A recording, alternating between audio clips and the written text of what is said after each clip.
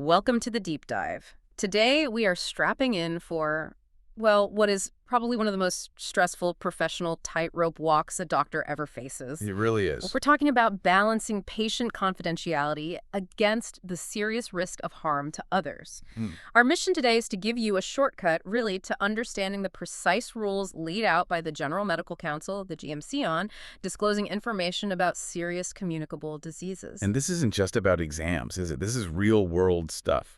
Absolutely. This is about making decisions that could literally save or ruin lives. So let's start with that classic high-tension setup. Okay. You have a patient, let's call her Sarah. Okay.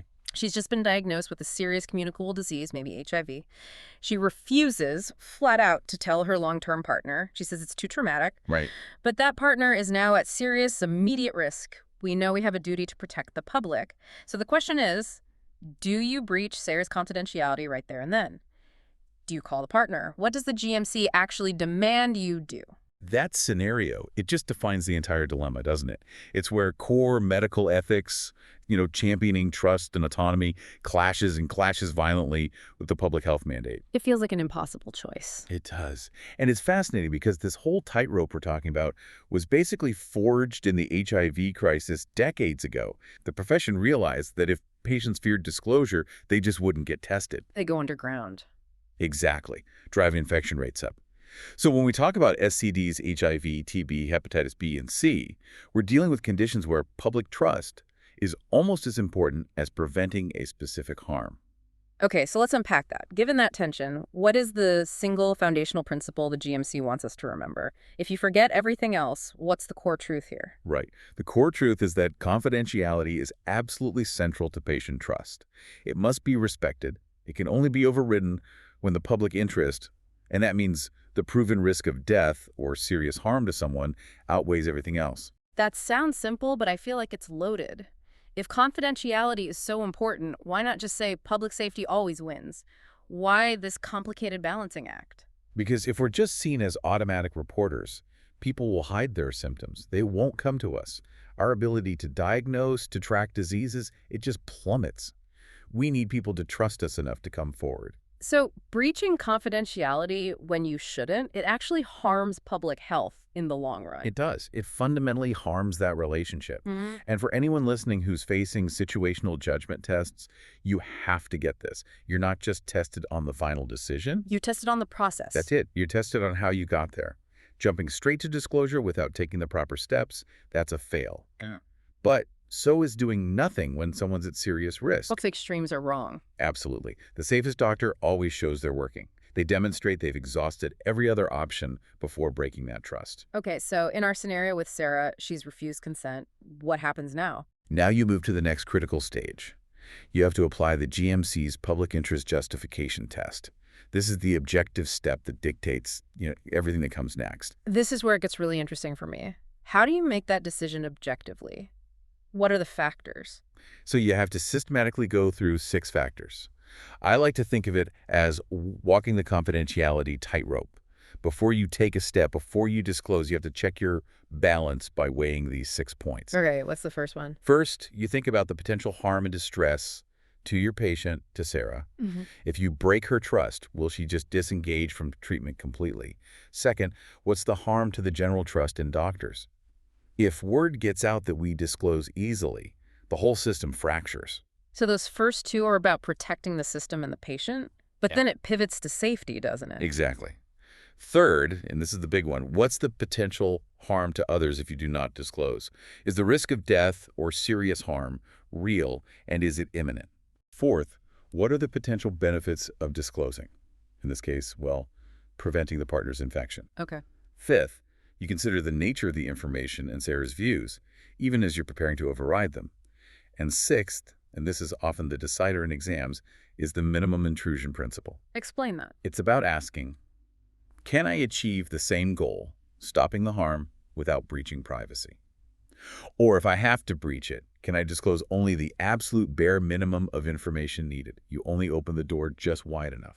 That makes it feel so much more structured. So based on that, we can build a simple step-by-step framework. This is what you actually do. Yes. So step 1, seek consent. Always start there. Step 2, persuade and compromise. If she says no, you explain the consequences and you try to find a middle ground. Can you tell him with my support? Something like that. Critically important step. Then, step 3, apply the public interest test. Only if persuasion fails and the risk is still there do you go through those 6 factors. Wow. And finally, step 4, disclose the minimum necessary. If it's justified, you disclose promptly only the essential facts and only to the right person. And you have to tell the patient you're going to do it unless it's unsafe. That's the framework. And to help you remember the ingredients for that public interest test, there's a simple memory hook. Risk, me one. Okay, I like mnemonics. Break it down. So R is for risk.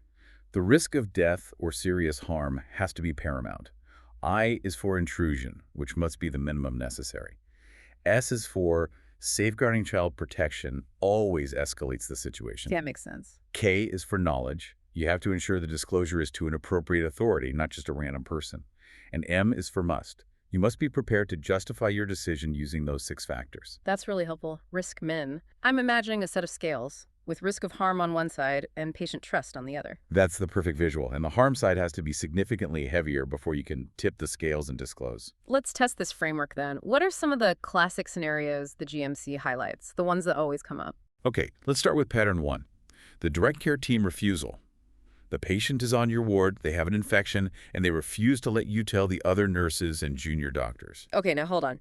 If I'm a staff member on that team, and I know my colleague isn't being told, doesn't that create a lot of stress? Isn't there an argument that not disclosing is harming staff morale? That is a brilliant question, and it's the most tempting wrong answer. What's being tested is autonomy versus healthcare worker safety, but the standard for safety is clinical risk. Not emotional convenience. Precisely. Disclosure is unlikely to be justified if universal precautions, standard infection control, are already in place and they manage the risk. You have to respect the patient's wishes unless failing to disclose puts staff or other patients at an actual risk of death or serious harm. That is such a key distinction. Risk of harm versus inconvenience. Okay, what's next? Pattern 2, the needle stick entry. Your colleague gets a needle stick from a patient with a known or suspected SCD. The urgency here is the key, right? It's all about urgency. You need an immediate risk assessment. You try to get patient consent for disclosure to help with treatment decisions. But if they refuse, or you can't get it in time, disclosure is often justified to make decisions about post-exposure prophylaxis PP. Because the clock is ticking. The clock is ticking. Delaying could cause serious harm. Right. Let's circle back to our original one then. Pattern 3. The partner scenario. Sarah refuses to tell her partner. We've tried persuading her. Now what? You may disclose if 2 conditions are met. 1, the contact is at risk of serious harm. 2, the patient just cannot be persuaded to tell them. But here's the crucial nuance for that minimum intrusion principle. Okay. When you contact trace, you should not disclose the identity of the patient, if at all practicable. You tell the partner they're at risk and need testing, but you protect Sarah's identity. But how practical is that, really? If a long-term partner gets a call saying you're at risk, surely they can figure it out. It's incredibly difficult. But your professional duty is to try. You must make the effort to minimize the details. You only disclose what is necessary. The risk and the need for a test. That's it. Okay, and the last one. Pattern 4. Children at risk. The safeguarding escalator. A parent with an SCD refuses to allow their child to be tested or to take measures to protect them. And here the rules change. Completely. This is an immediate safeguarding concern. The rules on child protection override confidentiality and autonomy instantly.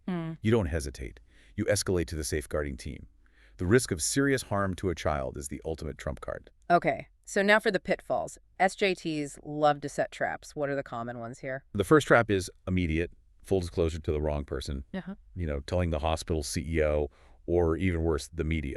It's wrong because you skip every single step we just discussed. Right, you violate the minimum intrusion principles spectacularly. Totally. The second is delaying or ignoring. This is especially bad with things like needle stick injuries. If a serious risk exists, you have to act promptly. What's the third trap? Confusing notifiable disease reporting with patient-specific disclosure. You must report diseases like TB to public health, yes, but that reporting is often anonymized.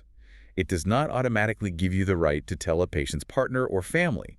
They are separate duties. That's a subtle but really important point. Very. Fourth trap.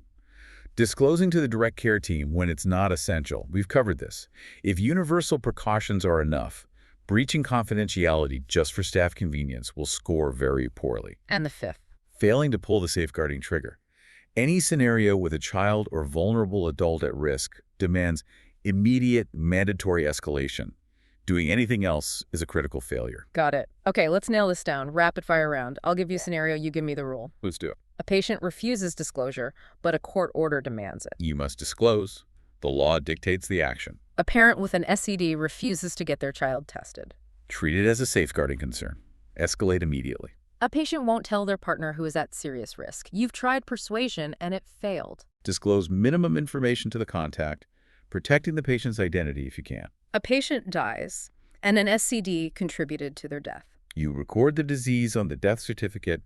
It's a legal duty that overrides any previous wish for privacy. This structure really does turn an impossible, gut-wrenching dilemma into a clear set of justifiable steps. It does, and that's what you need. The 3 key takeaways, if you remember nothing else, are these. 1.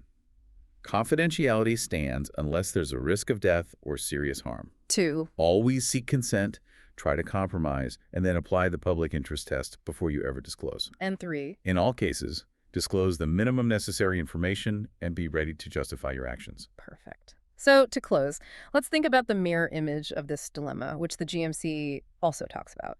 The guidance says if you, the healthcare worker, have a serious condition, you must consult a professional and follow their advice. You can't rely on your own assessment of the risk to patients. So what does that dual responsibility to protect patients from others by maybe breaking confidentiality and to protect patients from yourself by sacrificing your own privacy?